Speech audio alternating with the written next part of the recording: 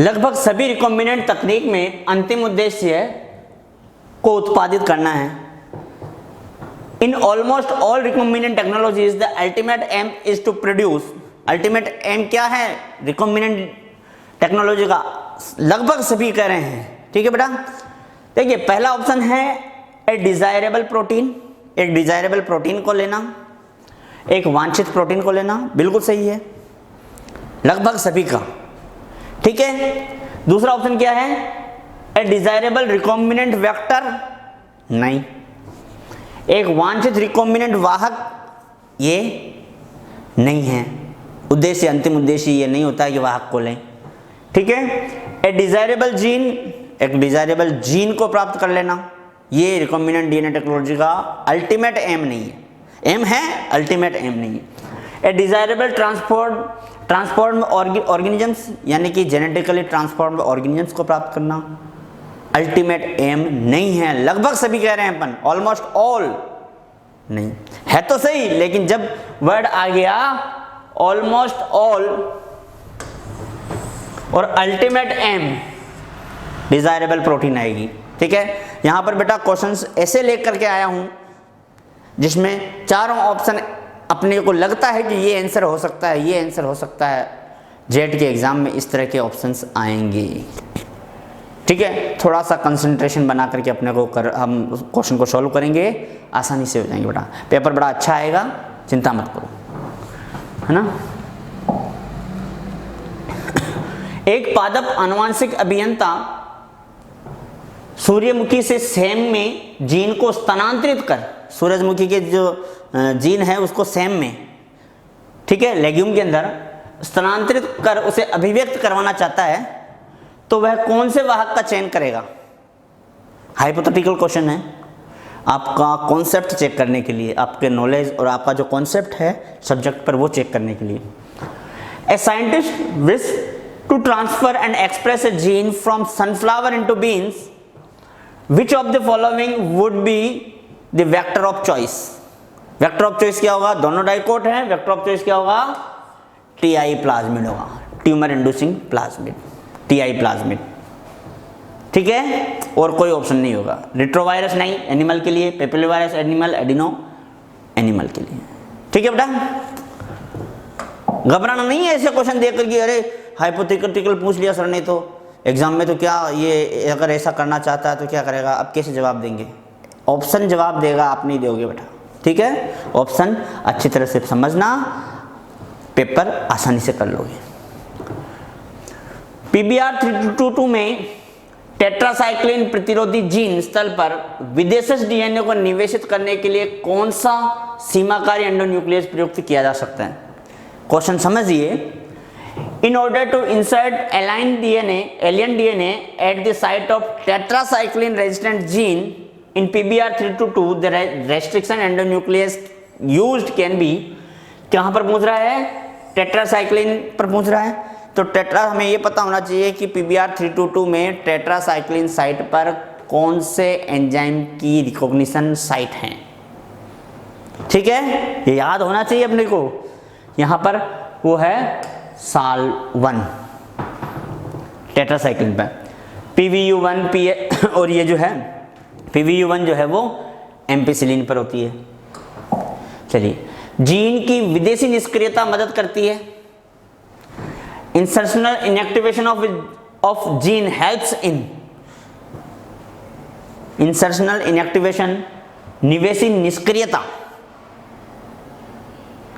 निवेशी निष्क्रियता। ठीक है, बीटा गैलेक्टोसाइडेज वाले की बात कर रहे हैं। देखिए किस में मदद करती है? रिकॉम्बिनेंट क्लोन को पहचानने में, आइडेंटिफिकेशन ऑफ रिकॉम्बिनेंट क्लोन, विलोपन उत्परिवर्तन को पहचानने में, आइडेंटिफिकेशन ऑफ डिलेशन म्यूटेंट्स, दमनकारी उत्परिवर्तन को पहचानने में, identification of suppression mutants, recombinant clone को हटाने में, elimination of recombinant clone.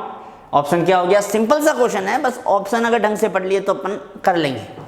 Recombinant clone को पहचानने में, पहचानना है रिकॉम्बिनेंट क्लोन को, इसीलिए तो इंसर्शनल इनएक्टिवेशन करते हैं ताकि पहचानने में आए।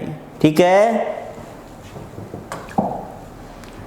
वह विधि जिसमें प्रोटीन का स्थानांतरण नाइट्रोसेलुलोज छनित्र पर किया जाता है, जिससे प्रोटीन की पहचान एक उपयुक्त प्रोब द्वारा की जा सकती है। प्रोटीन आ गया तो वेस्टर्न ब्लोटिंग हो जाएगा। डीएनए के लिए है साउदर्न ब्लोटिंग, ठीक है। वेस्टर्न ब्लोटिंग किसके लिए है? प्रोटीन के लिए। समझ आ गई बात? सदर्न ब्लोटिंग जो है डीएनए के लिए और वेस्टर्न ब्लोटिंग है प्रोटीन के लिए। नॉर्दर्न ब्लोटिंग आरएनए के लिए। निम्न में से कौन सा अभिरंजक डीएनए को देखने के लिए उपयुक्त होता है? Which of the following reagents is useful for visualizing DNA? बता चुका हूं, इथिलियम ब्रोमाइड है। प्रतिबंधित एंजाइम जिसका आणविक जैव विज्ञान वैज्ञानिक उपयोग करते हैं। The restriction enzymes useful to the molecular biologist belong to। Molecular biologist use करते हैं, यानी बायोटेक्नोलॉजी के अंदर यूज किया जाता है। कौन सा है? रेस्ट्रिक्शन एंडोन्यूक्लियस एंजाइम तो है, लेकिन कौन सा? बेटा याद रखिएगा, रेस्ट्रिक्शन एंडोन्यूक्लियस एंजाइम 3 टाइप के होते हैं, टाइप फर्स्ट, सेकंड, थर्ड। बहुत ज़्यादा याद नहीं रखना है। इन टाइप फर्स्ट, सेकंड, थर्ड में जो सेकंड टाइप है उसको उसको रिकॉम्बिनेंट डीएनए टेक्नोलॉजी के अंदर काम में लेते हैं। रेस्ट्रिक्शन एंडोन्यूक्लियस टाइप सेकंड, ठीक है। इतना सा याद रखो बस, एग्जाम नज़दीक है, बहुत ज़्यादा लोड लेने की जरूरत नहीं है, ठीक है। नेक्स्ट है, यदि मानव डीएनए का प्रथम खोजे गए प्रतिबंधित एंजाइम द्वारा पाचन किया जाता है तो प्राप्त खंडों के पाए जाने की आवृत्ति कितनी होगी? नहीं आया ना समझ में? इंग्लिश समझते हैं। Approximately how many frequency of occurrence of fragments of human DNA is present if it is digested with the first discovered restriction enzyme? यानी कि अगर क्वेश्चन क्या है समझिए कि पहला खोजा गया जो रेस्ट्रिक्शन एंजाइम है हिंड सेकेंड, उससे अगर किसी ऑर्गेनिजम्स के डीएनए को कट करते हैं तो उस रेस्ट्रिक्शन एंजाइम्स की उस ऑर्गेनिज्म के डीएनए में मिलने की प्रोबेबिलिटी कितनी है? समझ आ गई बेटा? मिलने की प्रोबेबिलिटी कितनी है वो पूछा है। देखिए इसको किस तरह से सॉल्व करेंगे।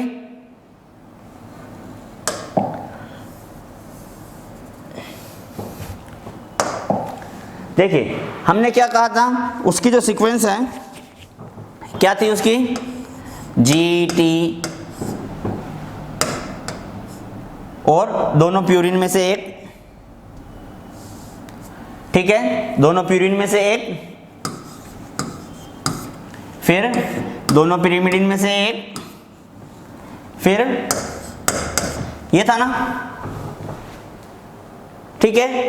अब अगर हम देखें तो न्यूक्लियोटाइड कितने होते हैं, मतलब डीएनए के अंदर चार में से जी की प्रोबेबिलिटी कितनी है? 4, 1/4। भाई 1/4 जगह जी आ सकता है। टी की भी प्रोबेबिलिटी 1/4, क्योंकि चारों में से कोई से भी टी हो सकता है। प्यूरिन 2 ही होते हैं, दोनों में से कोई एक ही आएगा। अब यहाँ पर 4 में से कोई 2 नहीं है या 4 में से कोई एक नहीं है, भाई प्यूरिन आ गया। यहाँ पर तो प्यूरिन पिरामिडिन कुछ भी आ सकता है। जी क्या है? 4 न्यूक्लियोटाइड होते हैं, उनमें से एक, टी उन 4 में से एक। अब प्यूरिन कह दिया तो प्यूरिन के कहने का मतलब तो 2, अपने पास पॉसिबिलिटी 2 ही बची कि 2 में से कोई एक,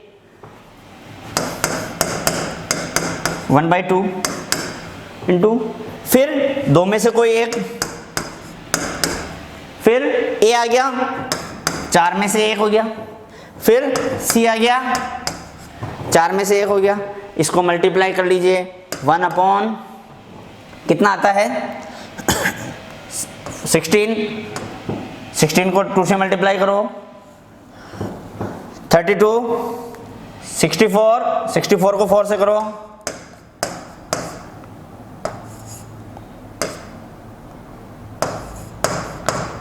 फिर इसको फिर 4 से करो,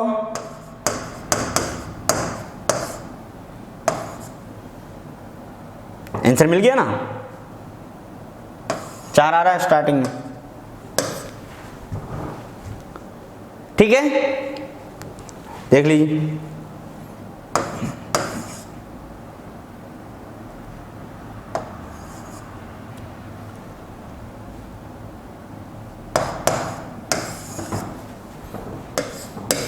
यानी कि हम क्या करें हैं कि 1024 न्यूक्लियोटाइड के बाद में हिंड सेकंड की सीक्वेंस फिर मिलने की प्रोबेबिलिटी रहेगी, ठीक है। जीवाणुविक कोशिकाओं को रूपांतरित करने के लिए कौन से वाहक प्रयुक्त करते हैं? जीवाणुविक कोशिकाओं के लिए कौन से वेक्टर? PBr322 यस, ठीक है। लैम्डा फेज यस, ठीक है। तीसरा है M13 यस, ठीक है।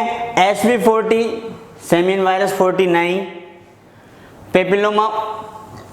पेपिलोमा वायरस नहीं। तो जीवाणुविक कोशिकाओं को रूपांतरित करने के लिए कौन से वाहक काम में लेते हैं? PBr322 लेते हैं, लैम्डा फेज लेते हैं, M13 लेते हैं, इन ऑप्शन के बेसिस पर। फिर है सीमाकारी एंजाइम के लिए गलत कथन को चिन्हित कीजिए, गलत कथन को चुनना है। 1963 में ई कोलाई में जीवाणु भोजी की वृद्धि को सीमित करने के लिए उत्तरदायी 2 एंजाइमों का पृथक्करण किया गया, सही। प्रथम सीमाकारी एंडोन्यूक्लियस जिसे खोजा गया हिंड सेकंड है, बिल्कुल सही। सीमाकारी एंजाइम यानी रेस्ट्रिक्शन एंडोन्यूक्लियस के नाम देने की प्रथा में प्रथम अक्षर जीन स्रोत से आता है, बिल्कुल सही। सीमाकारी एंजाइम यानी रेस्ट्रिक्शन एंडोन्यूक्लियस एंजाइम डीएनए के 2 रज्जुक को, डबल स्टैंडर्ड को हाइड्रोजन बंध तिर्यक बंधक पर यानी हाइड्रोजन बॉन्ड को ब्रेक नहीं करता है, किसको करता है? फॉस्फोडाइएस्टर बॉन्ड को ब्रेक करता है। यह ऑप्शन गलत हो गया, ठीक है बेटा। इसी को इंग्लिश में है, mark the statement that is incorrect for restriction enzymes. The isolation of 2 enzymes responsible for restricting the growth of bacteriophage in E. coli was done in 1963, सही है। The first restriction endonuclease to be discovered was Hind second. The conversion of naming restriction enzymes is that the first letter of the name comes from the genus of source, सही है। The restriction enzymes cut 2 strands of DNA at the specific points at hydrogen bonded cross links, गलत है, phosphodiester bond, ठीक है बेटा। तो option क्या हो गया? ये 4th ऑप्शन इनकरेक्ट को पूछा है, ठीक है। अच्छा वाहक होता है, a good vector is one. अच्छा वाहक किसको कहेंगे? गुड वेक्टर किसको कहेंगे? जो रूपांतरण प्रक्रिया को जटिल बनाता है, अच्छा नहीं हो सकता। That makes transformation process complex, ठीक है। That maintain its individuality in host cell, individuality host cell के अंदर बनाए रखे, नहीं। अच्छा वाहक की बात कर रहे हैं, गुड वेक्टर, जो पोषक कोशिका में इसकी विशिष्टता को बनाए रखता है। That is easy to isolate and purify, जिसको आसानी से अलग कर सकते हैं, जिसे आसानी से पृथक व शोधित कर सकते हैं, ये है गुड वेक्टर। आसानी से अलग कर सकते हैं, अगर आसानी से अलग नहीं कर सकते तो वो अच्छा वाहक किस काम का? उसमें चाहे कितने अच्छे गुण हो, किस काम का? नहीं है ना। Generates multiple copies of host DNA, पोषक डीएनए की कई प्रतिलिपि बनाता हो, नहीं। होस्ट डीएनए की कॉपी किसे? गलत हो गया ना। तो सही स्टेटमेंट क्या हो गया अच्छे वाक्य के लिए? जिसे आसानी से पृथक कर सकते हैं, शोधित कर सकते हैं, that is easy to isolate and to purify. Polyethylene glycol विधि है, polyethylene glycol method is used for, किसके लिए काम में लेते हैं? बायोडीजल प्रोडक्शन के लिए, नहीं। सीडलेस फ्रूट तैयार करने के लिए, बीज रहित फल उत्पादन के लिए, नहीं। Energy production from sewage, sewage से एनर्जी के प्रोडक्शन के लिए, नहीं। यानी वाहित से ऊर्जा उत्पादन के लिए, नहीं।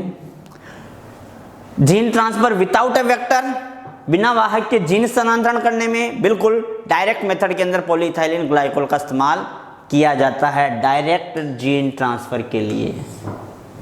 ठीक है बेटा। निम्न में से कौन सा विकल्प PBr322 वाहक के अवयवों की सही पहचान करता है?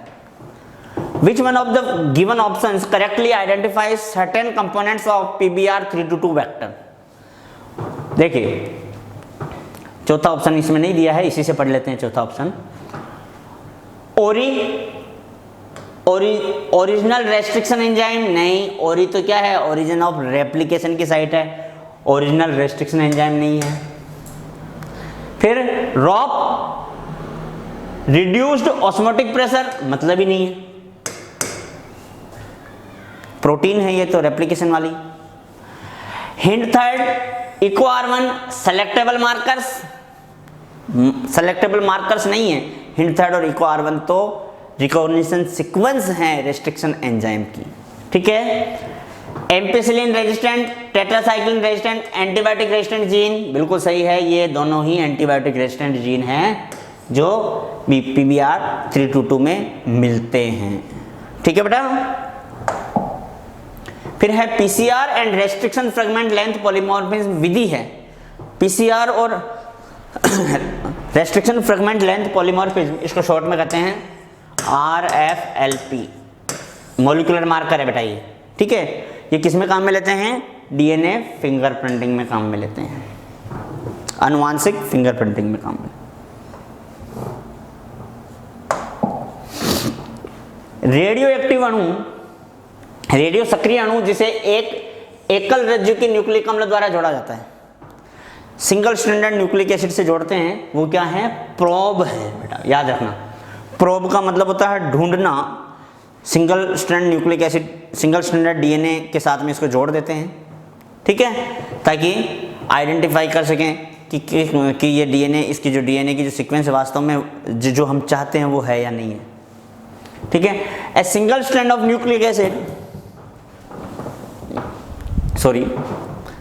a single strand of nucleic acid tagged with a radioactive molecule is called probe। याद रखना, probe कहेंगे इसको हम। ठीक है। आनुवांशिक अभियांत्रिकी में प्रतिजैविक का उपयोग किया जाता है। In genetic engineering the antibiotics are used, antibiotics का यूज कहाँ किया जाता है? प्रतिजैविक का उपयोग as selectable marker, selectable marker के रूप में करते हैं। अभी मैंने बताया था PBr322 के अंदर टेट्रासाइक्लिन और एम्पिसिलिन जो है दो सेलेक्टेबल मार्कर्स हैं, उनमें से किसी एक मार्कर को डिस्ट्रॉय करके उसकी जगह हम डिजायर्ड DNA को इंसर्ट करते हैं, रिकॉम्बिनेंट DNA बनाते हैं। ठीक है। क्या हो गया? चयनित चिन्हक के रूप में एंटीबायोटिक का उपयोग करते हैं। निम्न में से कौन सा पुनर्योगज प्रोटीन वातस्फीति के उपचार में उपयोगी है? Which one of the following recombinant protein is used for the treatment of emphysema? Emphysema या एम्फाइसेमा कहते हैं। कौन सा होगा? Alpha one antitrypsin. बेटा ये अल्फा है ना, अल्फा-1 एंटीट्रिप्सिन। ठीक है। बाकी पे ऑप्शन पे गौर करने की जरूरत नहीं है, आपका टाइम बड़ा इंपॉर्टेंट है। ठीक है। आप डायरेक्ट ऑप्शन को, जो डायरेक्ट ऑप्शन है, अब अल्फा-1 एंटीट्रिप्सिन डायरेक्ट ऑप्शन के अंदर आ रहा है तो डायरेक्ट अपने को उसको याद रखना है। बहु क्लोनिंग स्थल में a multiple cloning sites, multiple cloning sites के अंदर उसकी बात कर रहे हैं। क्लोन्ड जीन की बहुत सी प्रतिलिपियां होती है, क्लोन्ड जीन की बहुत सी प्रतिलिपियां नहीं होती बेटा, याद रखना।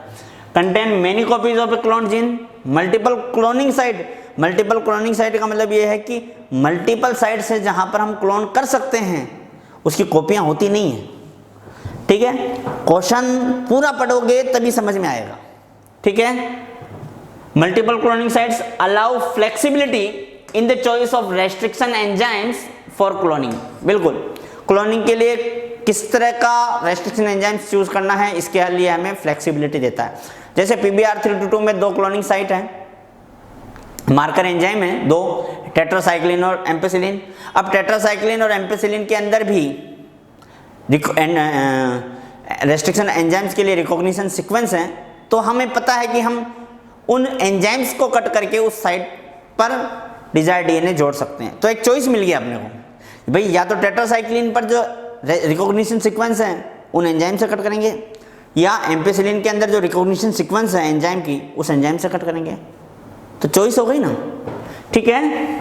तो allow flexibility in the choice of restriction enzymes for cloning. Cloning के लिए प्रतिबंधित एंजाइम के चयन में लचीलापन देता है, बिल्कुल सही बात है। तीसरा ऑप्शन है क्लोनिंग के लिए जीव के चयन में लचीलापन देता है, नहीं, मिलता जुलता ऑप्शन है लेकिन सही नहीं है, याद रखिएगा। एक ही एंजाइम की प्रतिबंध एंजाइम स्थल की कई प्रतिलिपियां होती है, नहीं, ठीक है बेटा। क्वेश्चंस बनाए ऐसे ही गए हैं ये कि एक से ज़्यादा आपको सही लगेंगे लेकिन है नहीं। वह प्रक्रिया जिसमें जैव संश्लेषी अवस्था के संपूर्ण होने के बाद उत्पादों का पृथक्करण तथा शोधन होता है, किसके अंतर्गत आती है? The process which includes separation and purification of products after the completion of the biosynthetic stage come under. जब प्यूरिफिकेशन की बात करेंगे, उस प्रोडक्ट को आइसोलेशन की बात करेंगे, तो बात किसकी होगी? डाउन स्ट्रीम प्रोसेसिंग की होगी। प्रोडक्ट को निकाल लेना, उसको प्यूरिफाई करना, ये सारा किस में आता है? डाउन स्ट्रीम प्रोसेसिंग में होती है। इससे पहले प्रोडक्ट का बनना और ये सारी चीज़ें अपस्ट्रीम प्रोसेसिंग में आती है, ठीक है बेटा। अधोगामी प्रक्रिया हिंदी में कहते हैं उसको। नीला श्वेत चयन प्रयुक्त होता है। Blue white selection is used, ठीक है। नीला श्वेत चयन इन्हीं बीटा गैलेक्टोसाइडेज की कर रहे हैं बात, समझना ना बता बात, ठीक है। प्रयुक्त होता है किसमें? जीवाणुओं में प्लाज्मिड की उपस्थिति को जांचने के लिए। To test for the presence of a plasmid in a bacteria, bacteria में प्लाज्मिड की उपस्थिति नहीं। To reveal the identity of a clone DNA fragment, clone DNA विखंड की पहचान प्रकट करने में नहीं। To express the product of a cloned gene, cloned gene के प्रोडक्ट को एक्सप्रेस करने में, क्लोन्ड जीन के उत्पाद को दर्शाने के लिए नहीं। किस लिए? To test the presence of a cloned insert in a plasmid, plasmid में क्लोन निवेश की उपस्थिति को जांचने के लिए कि जिसको हमें जिस डीएनए को हमें रिकॉम्बिनेंट बना के डालना है, जिस डीएनए को हमने रिकॉम्बिनेंट बना के डाला है क्या वो वास्तव में है या नहीं, उसके प्रेजेंस को जांचने में, ठीक है। To test the presence of a clone insert, जो क्लोन हम इंसर्ट करना चाह रहे हैं वो है या नहीं है प्लाज्मिड के अंदर, इसको जांचने में। आप कहोगे सर सारे ऑप्शन एक जैसे लग रहे हैं, कुछ समझ नहीं आ रहा। बेटा थोड़ा सा गौर करोगे समझ में आएगा। ये बायोटेक्नोलॉजी है, यहाँ से क्वेश्चन ऐसे पूछे जाएंगे जिसमें ऑप्शंस अपने को एक जैसे लग रहे हों, विश्वास नहीं होता ना। लास्ट ईयर का एक क्वेश्चन आ रहा है अभी थोड़ी देर में, जो लास्ट ईयर जेट के अंदर क्वेश्चन था। आप कहोगे सर हमें तो वो क्वेश्चन ही समझ में नहीं आया, अभी आएगा थोड़ी देर में, ठीक है, जेट में। फिर है निम्न में से किसका गलत मिलान दिया गया है? लाइगेज, लाइगेज को मॉलिक्यूलर गम कहते हैं, आणविक गोंद कहते हैं, बिल्कुल सही बात है। Beta galactosidase lake Z gene, lake Z gene से संबंधित है, उसके जीन को कोडित करता है, इसका मतलब यही गलत हो गया। गलत का मतलब ये गलत है इसीलिए सही है, गलत ही चूज करना है, ठीक है। जबकि सीमाकारी यानी रेस्ट्रिक्शन एंडोन्यूक्लियस आणविक छुरी एंडोन्यूक्लियस है, मॉलिक्यूलर नाइफ एंडोन्यूक्लियस भी कहते हैं, बिल्कुल सही है। सेलुलेज है पादप कोशिका भित्ति को पाचित करने वाला, प्लांट सेल वॉल को डाइजेस्ट करने वाला, सही है। आनुवांशिक रूपांतरित जीन रोजी प्रोटीन से प्रचुर दूध देने के लिए जानी जाती है। दूध में लैक्ट एल्बुमिन होता है जिसकी सांद्रता होती है, लैक्ट एल्बुमिन कितना होता है? 2.4 ग्राम पर litre. A genetically modified organism, Roji, is known for producing protein-enriched milk. The milk contained alpha है ये, alpha है ना, alpha lactalbumin whose concentration is 2.4 grams per litre. ये चलिए, हृदयाघात के उपचार के लिए निम्न में से कौन सा प्रोटीन उत्पाद प्रयोग में किया गया है? हृदयाघात हार्ट अटैक के लिए स्ट्रेप्टोकाइनेज है, ब्लड का क्लोट बस्टर कहते हैं इसको, ठीक है, समझ चुके हम पहले, आ चुका है ये, ठीक है, सॉरी। निम्न में से कौन सा जीन मक्का भेदक के विकास को नियंत्रित करने के लिए, मक्का भेदक के लिए है क्राई AB, याद रखना बेटा, क्राई 1AB, क्राई 1AB जो है वो मक्के के लिए है, ठीक है। सीमाकारी एंजाइम के लिए क्रियाधार है, रेस्ट्रिक्शन एंडोन्यूक्लियस के लिए क्या चाहिए? रेस्ट्रिक्शन एंडोन्यूक्लियस के लिए डबल स्टैंडर्ड डीएनए चाहिए, याद रखना बेटा। सिंगल स्टैंडर्ड डीएनए नहीं, आंशिक द्विरज्जुक RNA, partial double standard DNA नहीं, sorry RNA, partial double standard RNA नहीं, आरएनए तो चाहिए ही नहीं। रेस्ट्रिक्शन एंडोन्यूक्लियस एंजाइम हमेशा हमेशा हमेशा काम करता है डबल स्टैंडर्ड डीएनए पर, यानी कि सिंगल स्टैंडर्ड डीएनए नहीं, पार्शियली डबल स्टैंडर्ड आरएनए नहीं, सेल वॉल प्रोटीन नहीं, डबल स्टैंडर्ड डीएनए चाहिए ही चाहिए, अदरवाइज ये काम नहीं करेगा, ठीक है। रिवर्स ट्रांसक्रिप्टेज एंजाइम के संदर्भ में कौन से कथन सही हैं? रिवर्स ट्रांसक्रिप्टेज एंजाइम के लिए, इसके लिए प्राइमर आवश्यक है, ठीक है, सही है, प्राइमर जरूरी है। इसके लिए आरएनए टेम्पलेट आवश्यक है, रिवर्स ट्रांसक्रिप्टेज है, यानी रिवर्स ट्रांसक्रिप्टेज है, आरएनए से डीएनए बनेगा तो आरएनए टेम्पलेट आवश्यक है, सही है।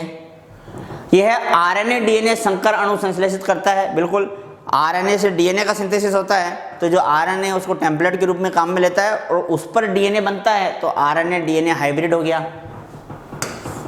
ठीक है। इसे रिट्रोवायरस से निष्कर्षित किया जा सकता है, रिट्रोवायरस रिट्रोवेरिडी फैमिली से, उसी से रिवर्स ट्रांसक्रिप्टेज आइसोलेट किया गया है, ठीक है, सारे सही है, all of these. Correct statements English में पढ़ लेते हैं। Correct statements regarding the enzyme reverse transcriptase include which of the following? It requires a primer, it requires an RNA template, सही है। It synthesize an RNA DNA hybrid molecule, सही है। It can be extracted from retroviruses, बिल्कुल सही है, ठीक है।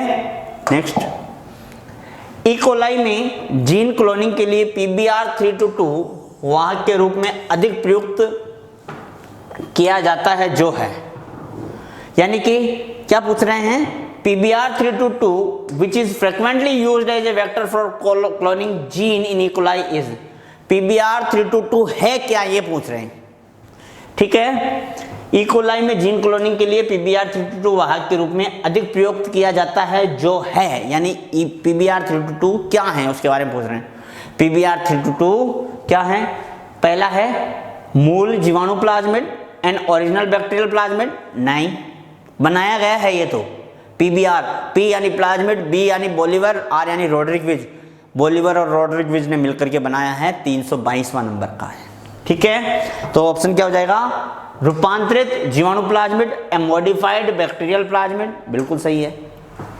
E coli bacteria में काम करता है और मॉडिफाइड है, बनाया हुआ प्लाज्मिड है, ठीक है।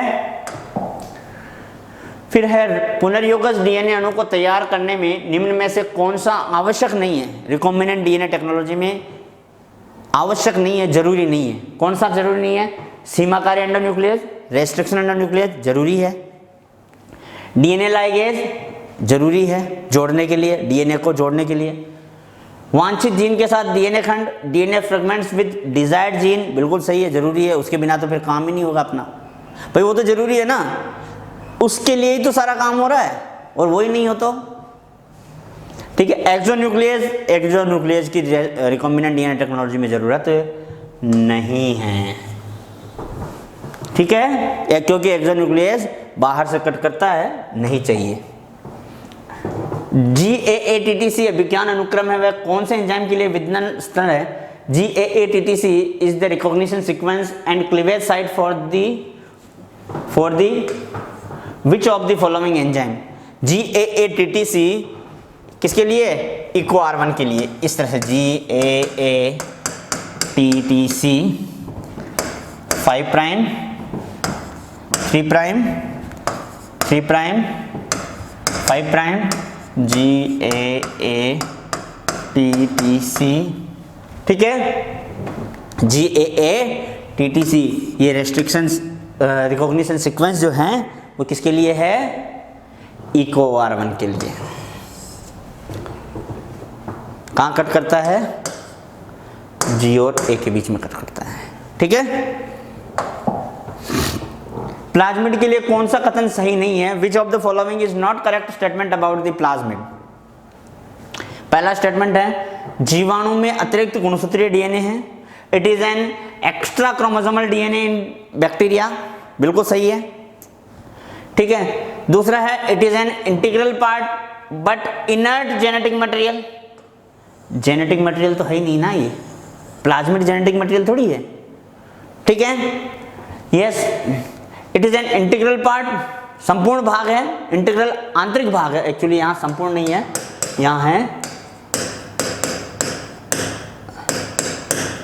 यह आंतरिक भाग है, लेकिन अनुवांशिक पदार्थ निष्क्रिय होता है। अनुवांशिक पदार्थ तो है ही नहीं प्लाज्मिड, ठीक है। ये गलत हो गया, जो गलत है वो यहां सही है, उसी गलत को ही पहचानना है। Host chromosome can be integrated with A part of plasmid DNA. Host chromosome जो है वो उस प्लाज्मिड के साथ आ सकता है। Transfer of plasmid can be done from one cell to another and makes several copies of itself. बिल्कुल, transfer of plasmid can be done from one cell to another, एक से दूसरे में जो प्लाज्मिड है वो ट्रांसफर होता रहता है और अपनी कई कॉपियां बना लेता है, मल्टीपल कॉपी तैयार कर लेता है, ठीक है। तो ऑप्शन क्या हो गया? सेकंड। निम्न में से किसमें देर से पकने के कारण अधिक लंबा जीवन काल व अधिक स्वाद होता है? GMO टमाटर, जिसे फ्लेवर सेवर टमाटर भी कहते हैं।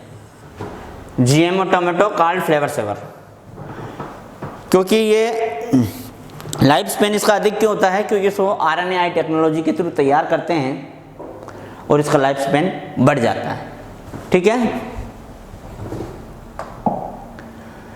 एग्रोबैक्टीरिया में TI प्लाज्मिड को जो भाग पादप कोशिका डीएनए में स्थानांतरित होता है वह कौन सा होता है? कौन सा भाग होता है? TDNA होता है। एग्रोबैक्टीरियम में जो TI प्लाज्मिड है, इस TI प्लाज्मिड का TDNA भाग जो है वो ही प्लांट के अंदर जाता है, दूसरा भाग नहीं जाता है। ट्रांसफर कौन सा होता है? TDNA होता है, ठीक है। चलिए, कोई रोगी जो sewer combined immunodeficiency syndrome SCID से ग्रस्त है, इनमें कौन सा जीव दोषपूर्ण है?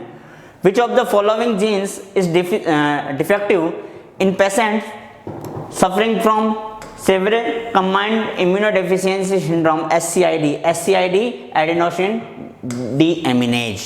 SCID जहाँ आ जाए वहाँ एडिनोसिन डीएमिनेज करना है, ठीक है। आपका टाइम इंपॉर्टेंट है बेटा, इसलिए मैं थोड़ा शॉर्ट में इनको लेके चल रहा हूँ, बस आप एक बार रिवाइज हो जाए आपके लिए, है ना। बीटी टॉक्सिन किस प्रकार कीटों को मारता है? BT toxin kill insect by, किस तरह से मारता है?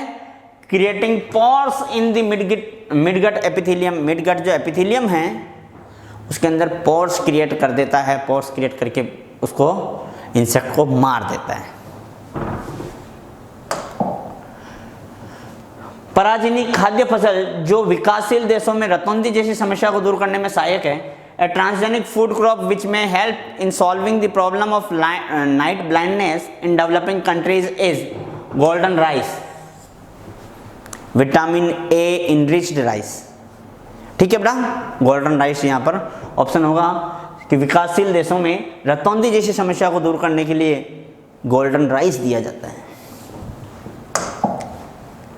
RNA अंतक्षेप यानी RNA इंटरफेरेंस में सम्मिलित है, उसमें क्या क्या शामिल है RNA इंटरफेरेंस में? रिवर्स ट्रांसक्रिप्टेज एंजाइम की सहायता से cDNA व RNA का संश्लेषण होता है? नहीं।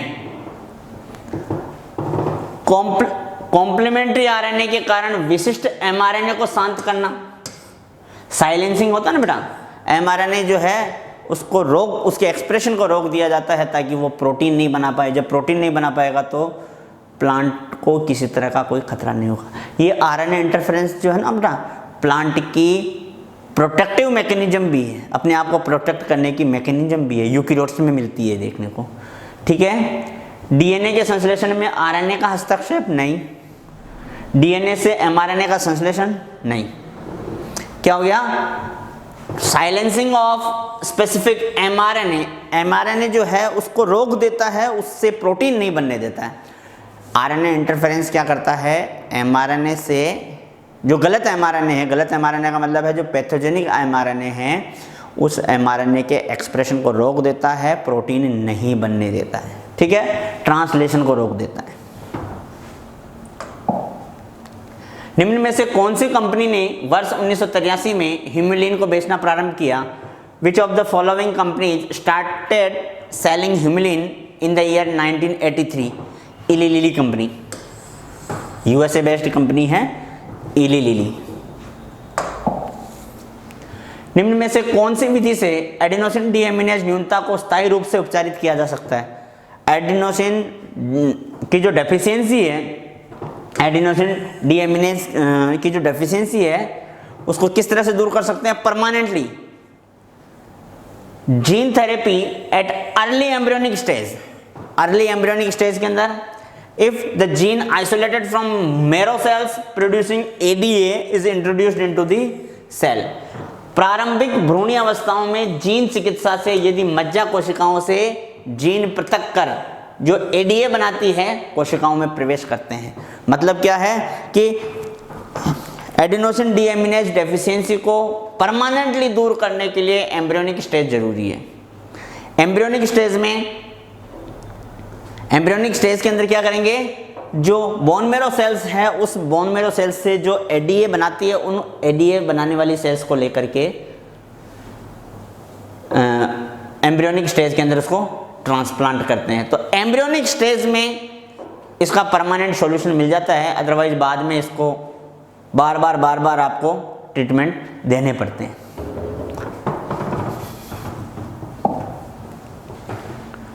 कौन सी पारजीनी जाति से व्यापारिक तौर पर मानव इंसुलिन तैयार किया जाता है?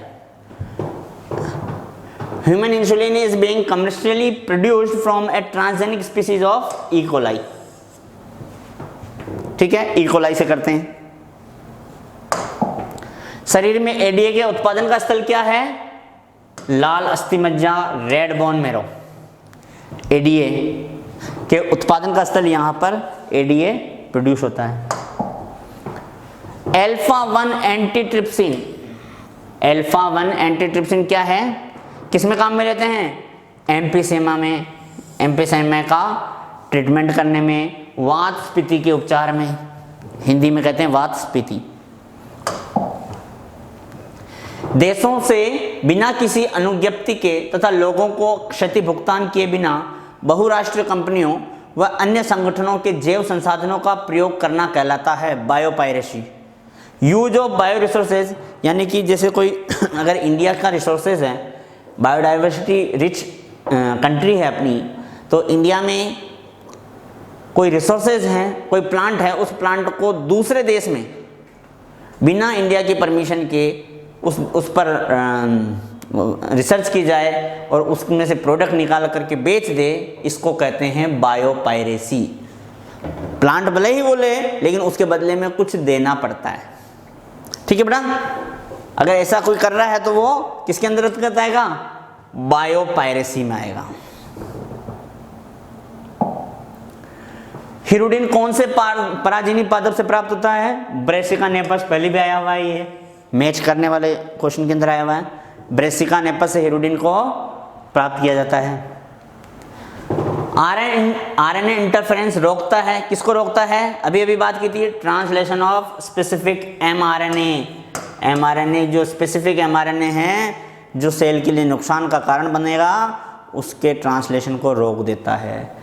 विशिष्ट एमआरएनए के अनुवादन को रोक देता है। ठीक है, हम सारे ऑप्शंस नहीं पढ़ रहे हैं बेटा, हम सिर्फ उस ऑप्शन पर जा रहे हैं क्योंकि आपके लिए टाइम बड़ा इम्पोर्टेंट है। आपका जस्ट जेट का एग्ज़ाम आने वाला है, तो आपके टाइम को ध्यान में रखते हुए सिर्फ जो करेक्ट ऑप्शन है अब मैं उसी को डिस्कस कर रहा हूँ, ठीक है।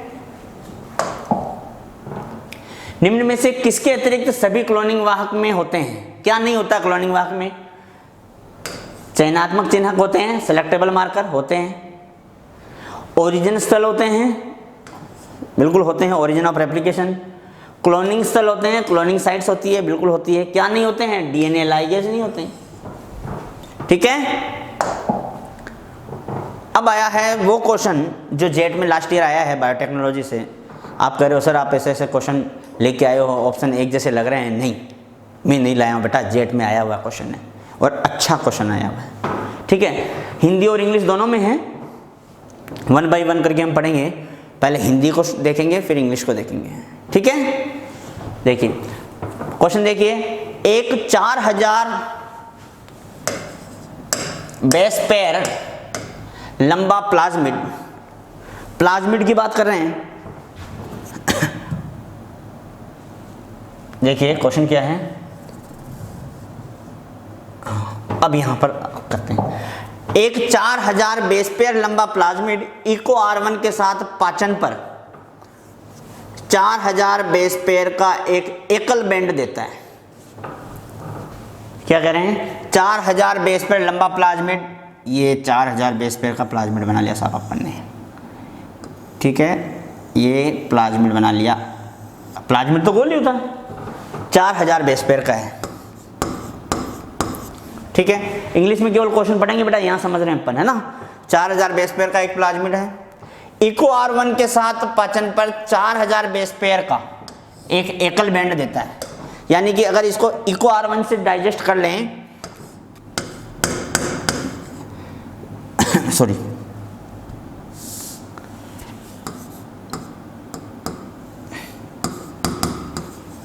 इको R1 से डाइजेस्ट करें तो क्या देता है? 4000 बेस पेयर का एक एकल बैंड देता है। मतलब समझना, 4000 बेस पेयर का केवल एक ही बैंड देगा। किस पर? जेल इलेक्ट्रोफोरेसिस पर केवल एक बैंड देगा। एक बैंड कब देगा? 4000 का है, इसको कट कर दो, ये क्या हो गया? पहले कैसा था? ये सर्कुलर था,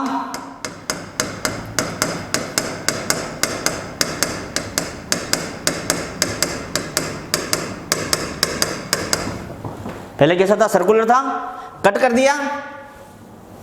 4000 बेस पेयर लंबा प्लाज्मिड था, 4000 का ही रहा भाई, एक ही कट लगा भाई, राउंड में था वो लीनियर हो गया।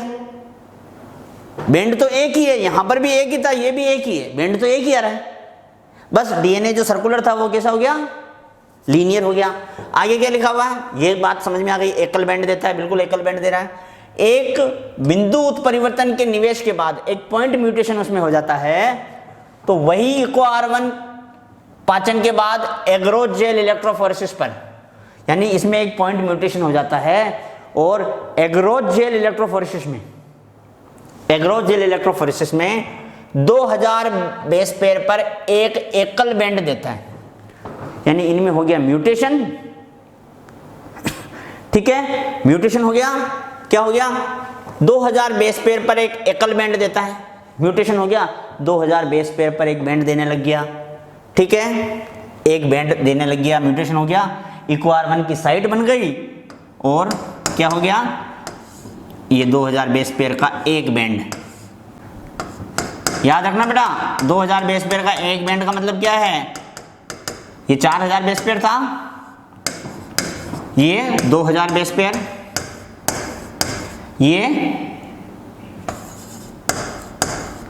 2000 बेस पेयर, भाई 4000 था, एक उत्परिवर्तन हुआ, पॉइंट म्यूटेशन हुआ, 2000 का बट गया।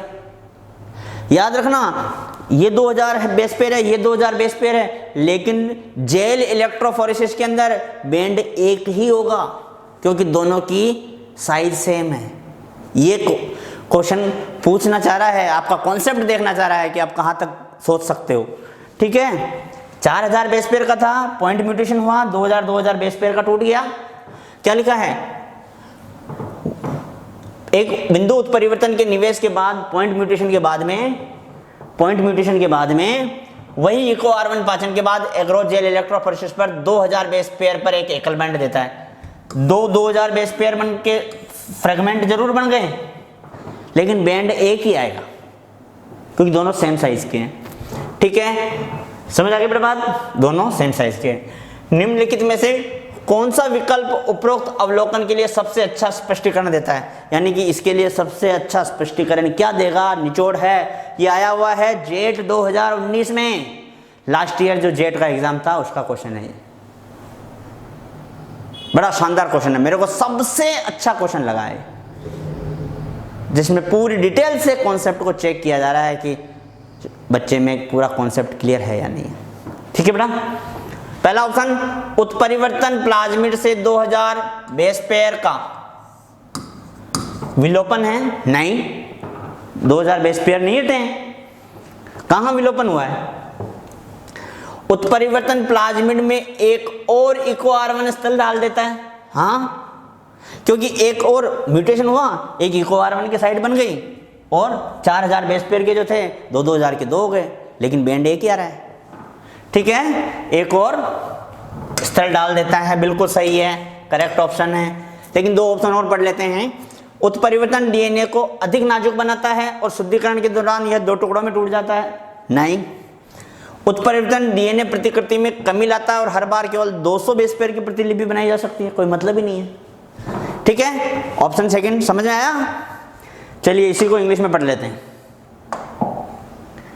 A 4000 base pair long plasmid gives a single band है बेटा एक्चुअली, है ना, single band of 4000 base pair upon digestion with eco R1, ठीक है, after a point agrogel electrophoresis, after a point mutation आना चाहिए इसमें कि point mutation के बाद में which option provide, पूरा क्वेश्चन नहीं है आया यहाँ पर, आफ्टर ए पॉइंट म्यूटेशन के बाद में वो 2000 के 2 फ्रेगमेंट दे रहा है, लेकिन बैंड एक बन रहा है, ये पूछ रहे हैं बेटा। ठीक है, क्वेश्चंस जो है टेक्निकल स्टाफ ने क्वेश्चंस पूरा नहीं दिया है, ये क्वेश्चंस इस तरह से पूछा जा रहा है। ठीक है, आंसर क्या होगा, mutation inserts another Eco R1 site into the plasmid, mutation Eco R1 के अंदर दूसरी साइट को इंट्रोड्यूस कर दिया है, बिल्कुल म्यूटेशन नहीं हो गई साइट। ठीक है, एक्सप्लेनेशन में पहले दे चुका हूं बेटा पूरा। ठीक है, यहां पर अपने बायोटेक से रिलेटेड क्वेश्चंस जो इंपॉर्टेंट क्वेश्चंस हैं, कुछ बिल्कुल एनसीईआरटी से हैं और कुछ बियॉन्ड एनसीईआरटी, जहां जहां पर एग्जामिनर जहां जहां पर सोच सकता है क्वेश्चन बनाने की पॉसिबिलिटी, उस सारी पॉसिबिलिटी को मैं आज यहां लेकर के आया हूं। उम्मीद है ये वीडियो आपको पसंद आया होगा। Thank you.